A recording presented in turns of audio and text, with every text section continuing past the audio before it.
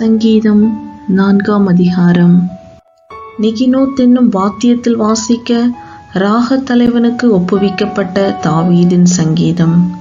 என் நீதியின் தேவனே, நான் கூப்பிடுகையில் எனக்கு செவி கொடும். நெருக்கத்திலிருந்த எனக்கு விசாலம் உண்டாக்கினீர். எனக்கு இறங்கி என் விண்ணப்பத்தை கேட்டருளும். மனுபுத்திரரே, எதுவரைக்கும் என் மகிமையை அவமானப்படுத்தி வீணானதை விரும்பி பொய்யை நாடுவீர்கள்? பக்தி உள்ளவனே, கர்த்தர் தமக்காக தெரிந்து கொண்டார் என்று அறியுங்கள். நான் கர்த்தரை நோக்கி கூப்பிடுகையில் அவர் கேட்பார்.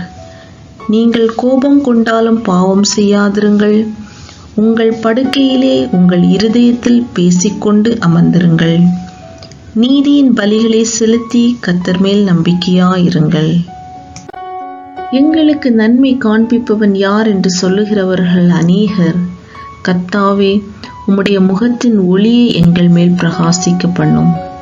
அவர்களுக்கு தானியமும் திராட்சரசமும் பெருகியிருக்கிற காலத்தின் சந்தோஷத்தை பார்க்கிலும் அதிக சந்தோஷத்தை என் இருதயத்தில் தந்தீர். சமாதானத்தோടെ படுத்துக்கொண்டு நித்திரை செய்வேன்.